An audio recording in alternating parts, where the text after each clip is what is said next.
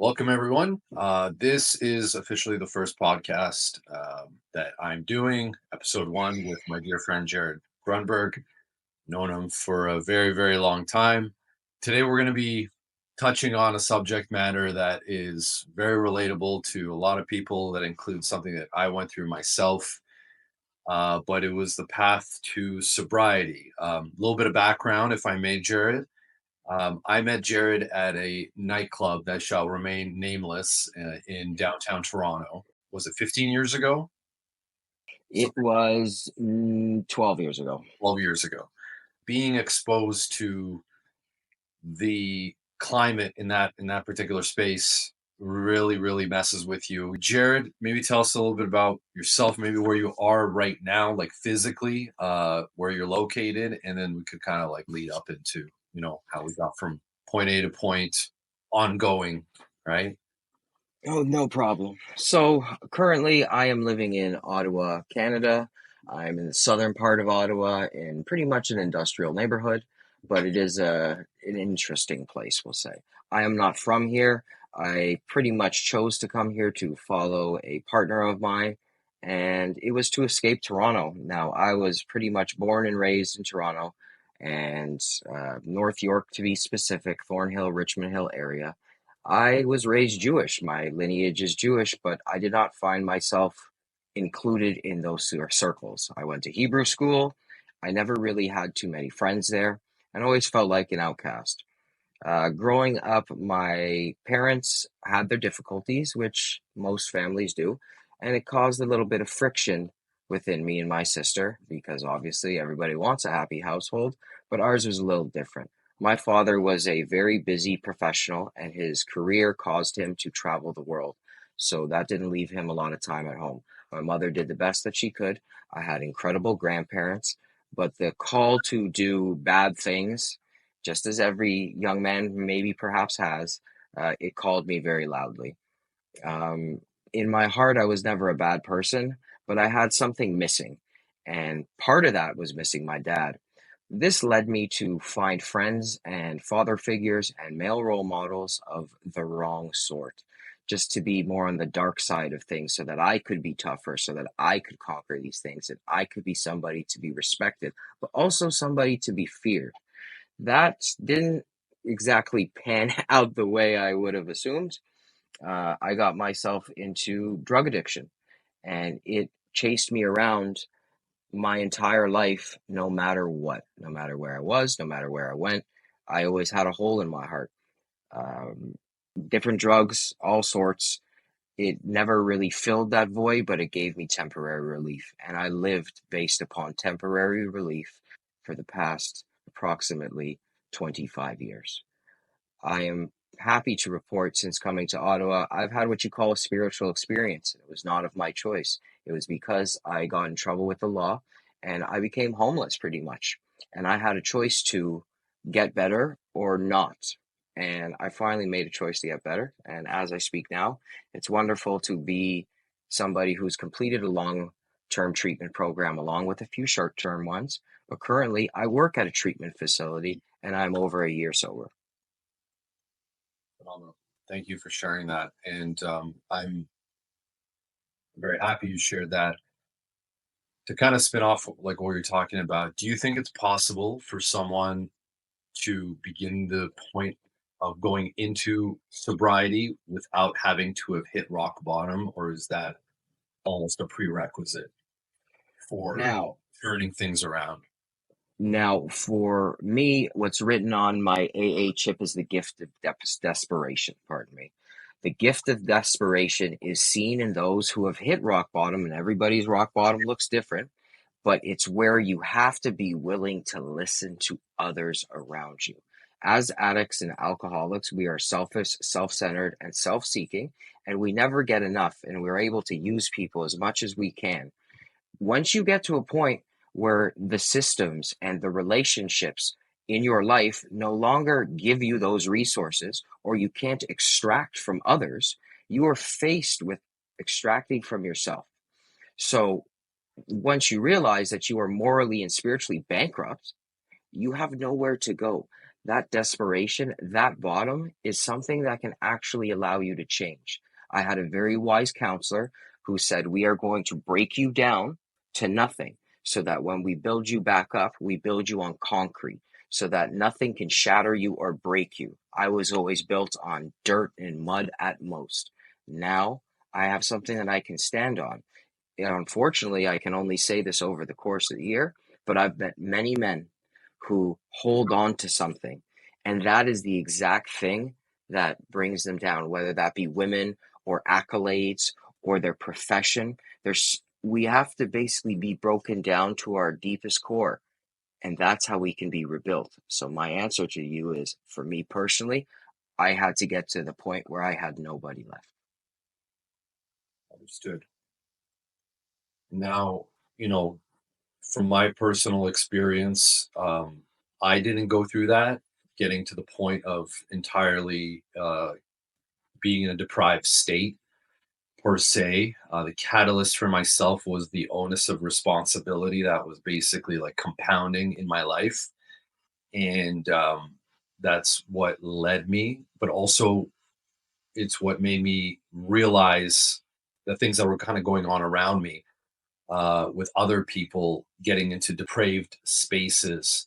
And it honestly, it freaked me the fuck out. Like just seeing certain individuals around me um, acting a fool and running amok. And, you know, we're like, I just turned 40. So seeing people in that age range, and some of the people I knew were younger as well, but not so far off, still try to, quell and function while being under a litany of substances is Mhm. scary because there is no actual functionality. It's 2 days on, 3 days off, and I was seeing the repercussions of that around me by others firsthand, and that's kind of what set me straight. Which kind of leads me to my next question: is once you come to that realization, in your experience, where was a good place to start a meaningful recovery? Ooh. And did you find it by luck, or is there I guess from your experience in hindsight, your situation may have been a forced situation, but what did you get out of that? Where did you start off? What makes logically the most sense to kind of like get into some form of recovery and but also like stick at it, right? Because like the chance of relapses are so high and like the first 3 months, what is it, like 70, 80% uh, relapse rate. What was your experience and what did you do to basically not allow the relapse to happen? And it could happen to me, it could happen to you, it could happen to anyone really. I recognized the people who are in my life. Um, my family they pushed me away at one point, but they still supported me from the sidelines. I had one or two friends who didn't give up on me when the rest of the world did. Um, what got me going, what got me motivated, I finally made a decision to change who I was inside. And it wasn't me trying to change the exterior factors of how much money I have or what I have. I had to change fundamentally what I believe, how I believe, and the things that I feel inside. That came with a lot of difficult work. Um, but people around me could recognize there was a spark inside of me and didn't give up on me when the first person I would give up on is myself. To do that took a lot of different steps. The one that comes to mind is something that was really painful, which was positive affirmations. When I was in a treatment facility out here in Ottawa, I would go to bed and I would be very, very sad. I developed a nervous tick of saying, kill yourself, just fucking die. That would come out during lunch or social events, even when I'm not stressed. I got to that point where my subconscious was literally saying that to me all the time. And I remember being in bed and being taught how to do this. And then when I would have those tics, I would go look in the mirror, crying my eyes out, and I would say, "You're worth it. You're doing good." That was so painful to overcome that interior voice and just force yourself to say nice things.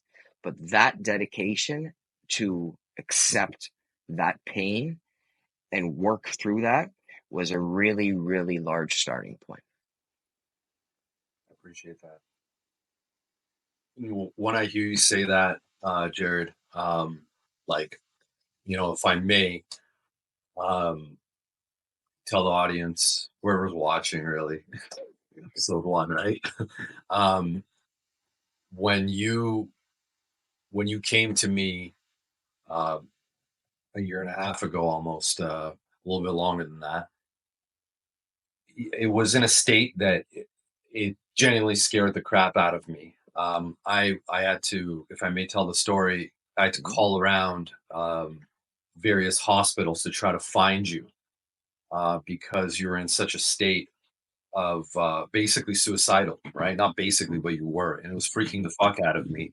So I took it upon myself to try to find where you were located, so I could, locate the individual that was responsible to. And it was almost impossible to do that because they can't tell you if you're actually there or not. But because of the severity of the situation, I found like an empathetic woman on the other line, and she's like, "Yeah, he's here." I'm like, "You need to go like find him immediately because there's it's a real situation, and he's thinking of ending his life, and I've never heard him like this." So that was really fucked up, and for me, it was a lot, and I mean, I can't speak for you, but from that point, I was like, what can I do to potentially help this person? And meanwhile, it's like the blind leading the blind too. So, at that point, I was using substances, I was drinking, and it was a relative regular occurrence for me. It wasn't like a daily usage, but it was enough that it was totally fucking my brain up and causing a whole disarray with my sleep and just overall anxiety and all this stuff. But in my heart of hearts, I knew I wanted to try to help a dear friend. So you came to my house, and we had a good stint where we were productive. I'll tell you, the first week you were, I've never seen so many tears come out of a human being in my life. You had so many tears that like you ran out of physical fluids coming out of your eyes. Like there was just nothing left. You don't even, and I remember when I talked to you about whether you recall that period, and you don't. Like it was like a blackout moment. I remember putting you in the car. I'm like, let's go for a drive, just to, and like you'd have zero recollection of that. Yeah. Uh, but there was light at the end of the tunnel because through your work, um, I'm going to leave the company nameless. You had the opportunity of being semi-subsidized into a treatment facility. So my next question is for those people who have zero subsidy, who have no financial recourse, and in their heart of hearts want to help themselves, how do they go about, entering into a treatment facility? Maybe you could provide some insight into that. Oh, that is such a tricky, difficult road for somebody in that state to advocate for themselves. Is so difficult to navigate what is required for that. There is a lot of good assistance networks for that, but they're quite hard to access if you, for example, don't exactly speak very well, or don't have the best manners, or don't have uh, the ability to deal with new social situations. It's so difficult to find something like that.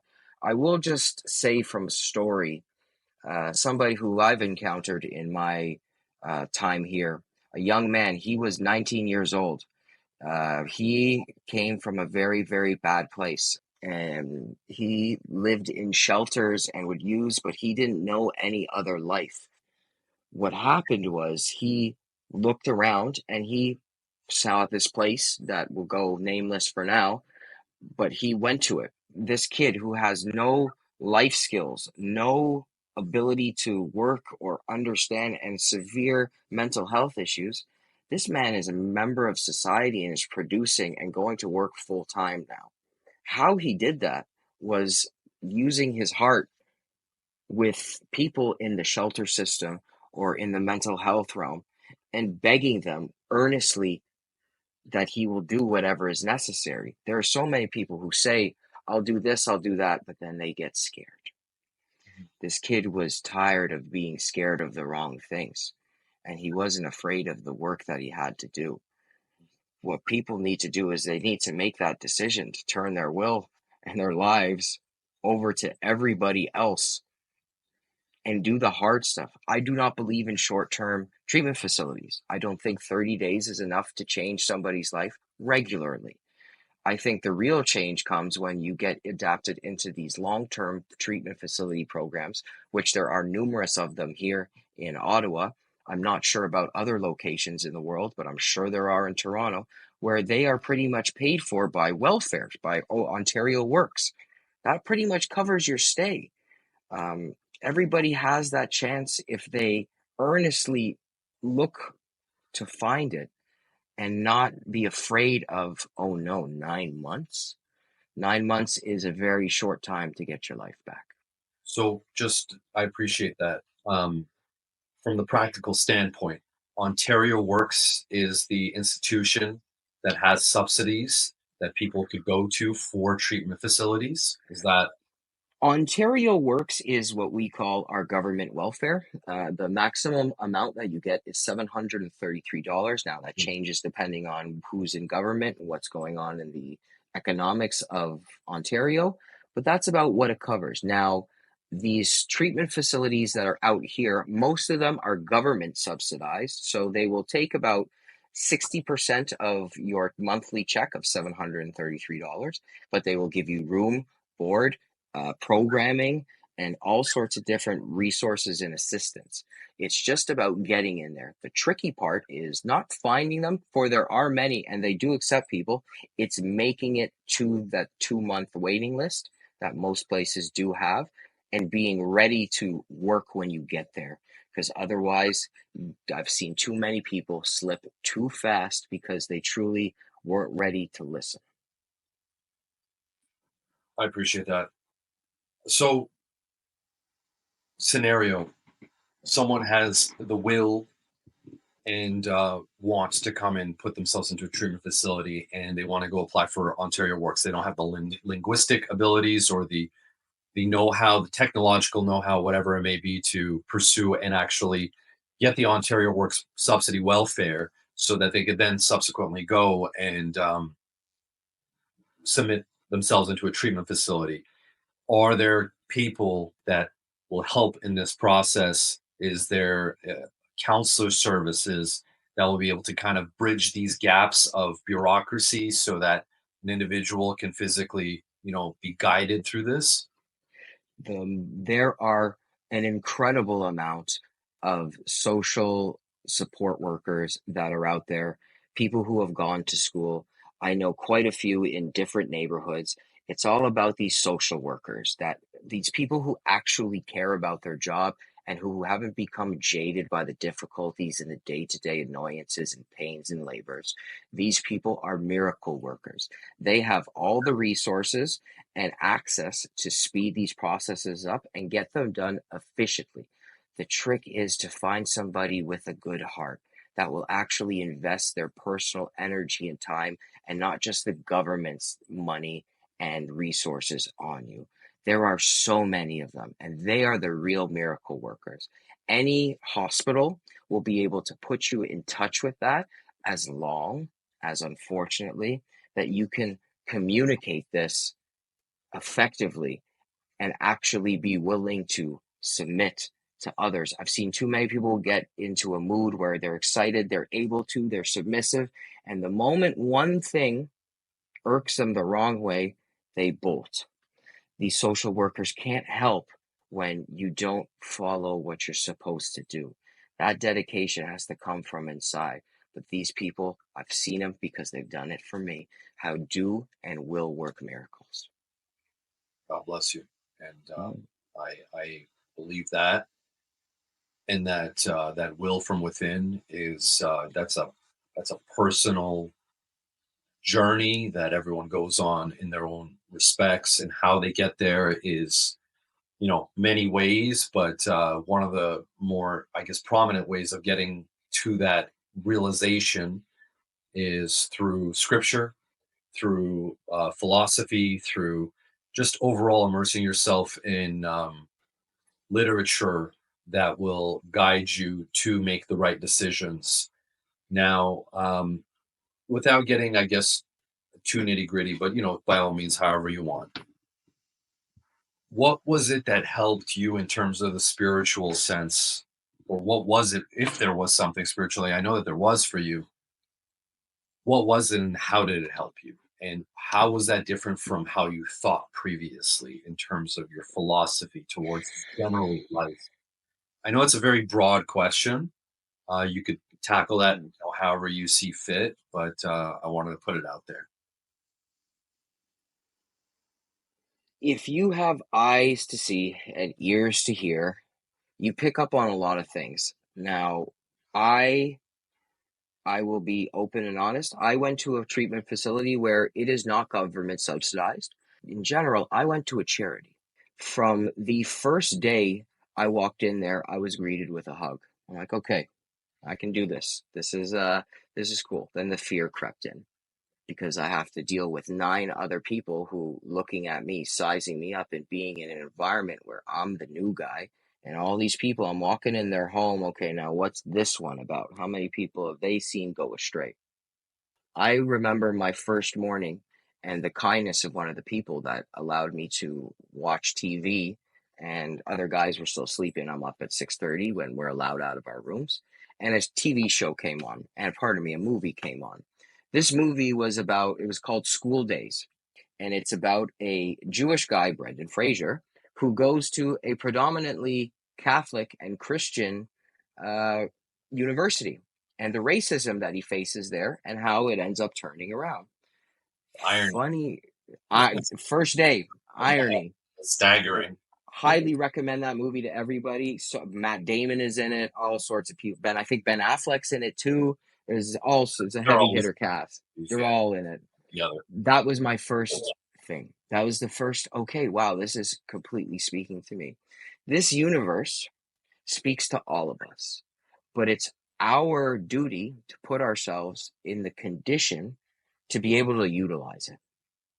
I made the decision to listen to whatever was being told to me because my ways never worked. I have a good brain and a good head on my shoulders, but where did it get me? It got me into the pits of despair. How about I listen to everybody else who has succeeded and who is actually doing better than me? Maybe I can get something out of it. There's a very profound logic in what you just said, right? For me, it was day by day, do what you're told. I will say it directly, shut up and do what you're told. They challenged us on purpose to see how submissive we were. Now, they're not creating robots out of us, but a lot of us have problems with the law. A lot of people have problems with authority.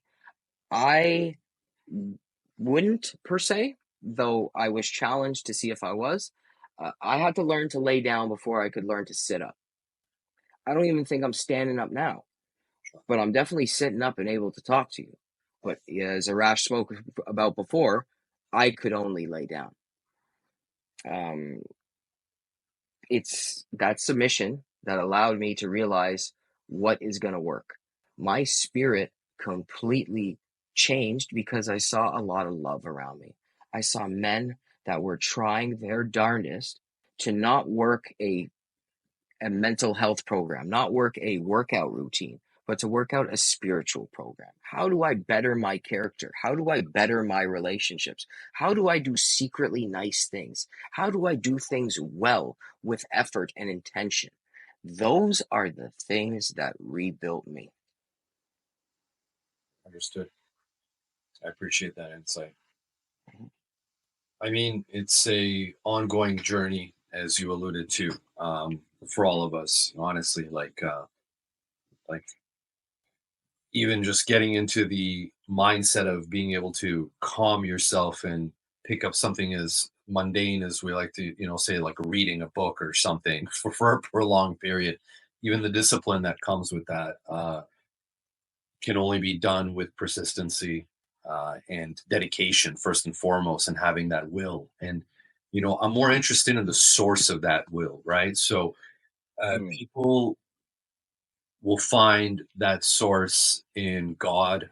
They will find it in being having their backs against the wall, as I sort of did in my situation, where it was like I came to a point where it was like I knew I if I wasn't the acted as the patriarch in my family to get everything in order in all respects, with a wide array of things that were not going so great, this ship would potentially collapse. So my source was that, right? And I did find my source also in God as well, I will say. And that gave me a lot of solace. And is there a common theme there? Is there a common theme of a higher, like people trying to find a higher spirit to give them a foundation of, like, a spiritual foundation, so as to kind of see the day through, get the strength that they need to? Is there something to be said about that, or is it really all just mentally and internal, discipline? And because there's something to be said, right? There's different philosophies. So, like, I'm reading a book that basically it's based on Eastern tantric philosophy, and the concept there is that the universe is within you. There's no duality, and the divine is within you. Now, in like standard monotheistic religions, it's not necessarily like that, right? There's the particular in Christianity, you have the Holy Spirit, you have the Trinity, right? And then you have Jesus, the godly figure. And the strength comes from your relationship with God, right? And I'm less concerned with what's right in a philosophical sense. I'm more concerned with whatever works for you, do that, right? yeah. And how, some people could come in with some severe biases towards these things, right? They're like, Oh yeah. you come from, let's say you come from a very logical background, you're an astute human being, scientific background, or you watch a lot of Star Trek, right? And Star Wars. And Star Wars, things that are not necessarily the most religious based, or you know boil everything down to a science, right? And now you're being asked to basically get strength or find strength from a spiritual source to help guide you, because a lot of these programs, they have that foundation, that component Yeah. to them, and I think it's warranted, and I think it's necessary. What do you think that there's do you think that that is indeed necessary, and is there a right way to approach it? Like, is there, like, a lot of people are detracted when there's a Christian undertone to these programs. It's honestly, it could be repelling for a lot of people, Oh right? yes. Yeah. Oh yes. And should they look past that for their own sake? And as a human being that is open to ideas, because I was a very non-religious individual growing up. My circumstances did not have any sort of religious integration, and I felt that I was at a certain point deprived of the knowledge and the insights that Mhm. uh, religious teachings could have given me, which interested me and opened me up. A lot of people will naturally repel. Do you need that? Does it have to be Judeo-Christian, Islam, um, or can that source be from something else? Welcome to the wonderful world of Alcoholics Anonymous, where Right, the only thing you have to do is believe in a power greater than yourself, and right, believe and turn your life and will over to the care of that power so right, that it can do it for you. If you, as somebody in a AA meeting out here who will remain anonymous but who just celebrated their 25 years, he says you can worship a doorknob. You can worship the flying spaghetti monster. You can worship your in law's dog, as long as that thing supersedes you in the order of humanity to another being, as long as there is something higher than you that right, has the capability of being better than you, you can do this. If you want to get sober on your own volition, right. you better have a reason to inspire you as you did. Fair enough. I think. But as you know, look what came when you were forced to do that. You had the call to something else. You had the call to a greater Right. spiritual realm. It's funny how those things end up lining up. So I would say, yes, I think it is a requirement. Now, many people in those rooms have 30 years of sobriety who just go to meetings. Hey, that works for them. Our goal is getting sober, their success.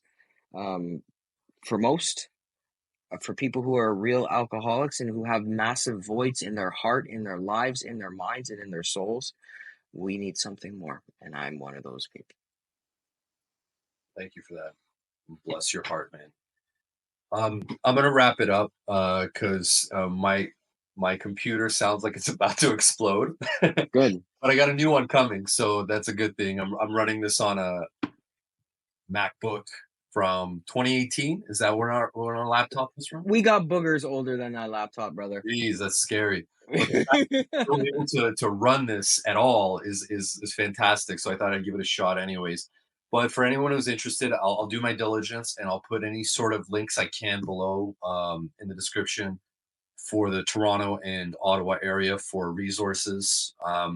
And we'll definitely have a follow up conversation. I want to go like more in depth, more nitty gritty into the religious side because that helped me a lot personally, coming from an irreligious background to suddenly find the power that that gave me was something else. And just for anyone watching, it's not for the sake of following the church at all. It has nothing to do with congregation, anything of that nature. It's more so the belief in the higher power. It is all that, and it's reading the beauty and the miracles and the stories and the knowledge that is really a culmination of a bunch of other knowledges that found its way, let's say, into the Bible, right, in the Old Testament and the New Testament, and then now you'll find various philosophies with a plethora of knowledge. But I found one that spoke to me and might be different for you. But yeah, we'll leave it there. God bless you, brother. Is there anything you want to chime into before we head out? I want to shout out to everybody's loved ones who are working behind the scenes to fight for them, to love them, to grow them. I got a whole great team behind me. You have a great team behind you. And everybody out there, there's somebody who loves you and there's somebody who can help you. God bless. Peace, man. Talk to you later. Thank you so much.